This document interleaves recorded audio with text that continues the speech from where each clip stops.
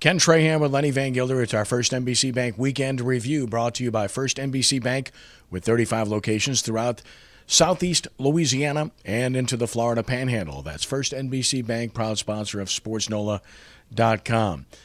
Very sobering experience seeing what transpired with the tragic death of Will Smith over the weekend, which we've written about and talked about both locally and nationally and all over radio stations across the country. And Lenny, there isn't much you can say about something of this nature. We could get into the ramifications, the political end of it, and the debate that's going to rage about everything and all the reasons why and what can be done to prevent this. At the end of the day, a father is gone, a husband is gone, and that's the thing that you have to take away from this more than anything else. Yeah, exactly. I mean, this is Will Smith isn't playing football anymore. Now he's got the time to devote to his family, to his wife, when, not being on the football field, and he's gone way too soon. And like you say, three young children are now going to live the rest of their lives without a father. And that is, that's the thing that probably upsets you more than anything out of this, besides the fact that you see the words like senseless and those kind of things out there. And obviously we know some of the facts. We don't know all of the facts at this point, and we're still literally learning things as we go. But no matter what we learn about this, the one fact remains that 3 young children are never going to have a father again. And, of course, we had to go ahead and reveal and make the announcement that Will Smith will be inducted into the Saints Hall of Fame later this year. The announcement actually set to take place on May 17th, but that got expedited based upon what transpired and the fact that others were reporting it. So we put that out there and made sure. And people have asked the question, and the answer is no, he's not the first to be inducted posthumously. David Waymer, you might recall, passed away in 1993, was inducted in 1996. So that will take place later in the year at a date to be announced, and obviously was richly deserving. And as we revealed, which we only reveal when it's unanimous, Will Smith was a unanimous selection. Well, and I think obviously what he did on the field was worthy of it. What he did off the field and in the locker room, while it's not necessarily part of the criteria, so to speak, it is...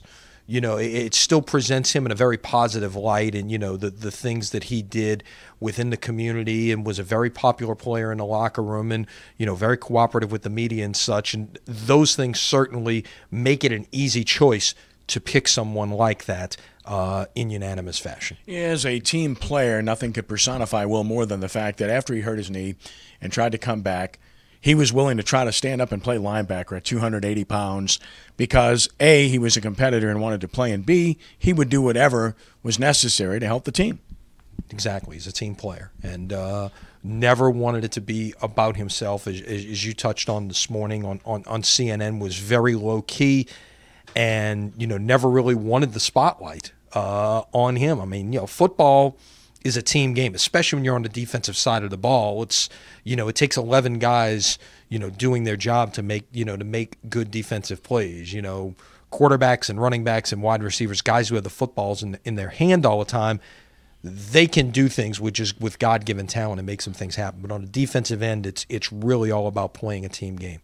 The Pelicans wrap up their home slate tonight at Smoothie King Center, and it couldn't happen soon enough the way the season's unfolded, obviously, and now the focus turns to what's going to happen from here, what changes are going to be made. I'm sure they're going to be plentiful both on the floor and off the floor. You would think we'll wait and see. Things could happen as soon as Thursday. The regular season ends Wednesday night, but the Bulls coming to town, we'd said that might be a game that's significant. No, the Bulls are out of it. They got eliminated on Sunday, so they are done. All the stories in the NBA now don't involve anything about New Orleans. Well, the Warriors break the Bulls record and get to 73 wins. Kobe Bryant's last game Wednesday night. Of course, he played his final game in New Orleans Friday night. It was, it was like a coronation, which is, and we talked about it last week. It's one of those things when you're dealing with visiting players. I don't think you see that.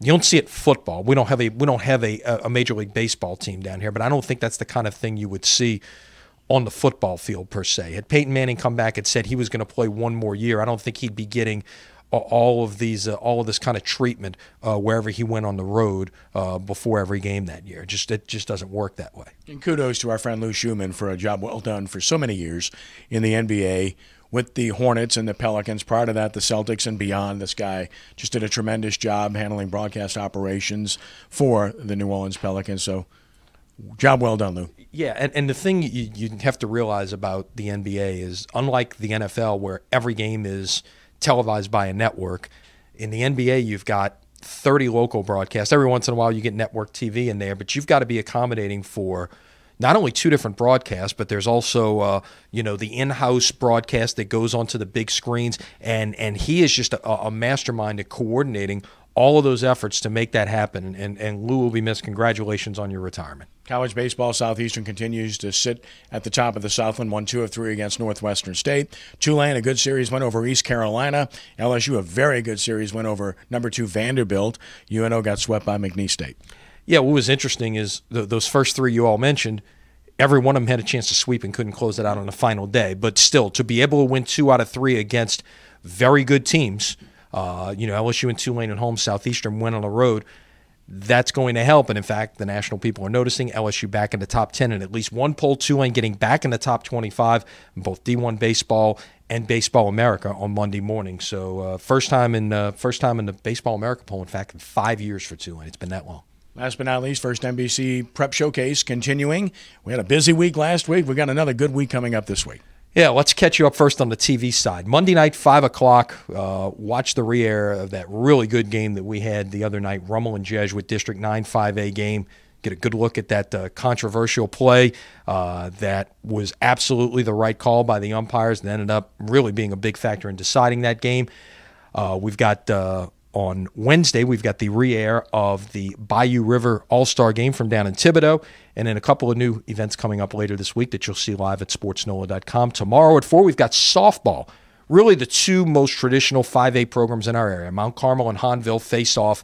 Last game of the regular season for each of them as they get ready for the playoffs. And then on Thursday night, we switch gears back to baseball as we head to the North Shore, Ponchatoula at St. Paul's.